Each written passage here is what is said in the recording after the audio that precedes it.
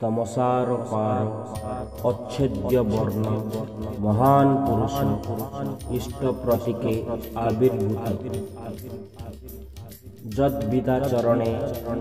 तदुपासना तेई व्रती हो जाग्रत हो आगमन कर आम्रा जेन एकेई अभिगमन करी एक उद्देश्य बाक कर्म विनियोग करी एक निरंतरताय सेई ताकेई जेन जानिते पारी श्रद्धानुश्रुत आपुरयमाण इष्टेक प्राणनाय एक ही मंत्रे एक ही मनने समष्टि उच्चारणाय वैशिष्ट्य पुरणे एक चेतना विमंत्रेणे शिष्ट हवि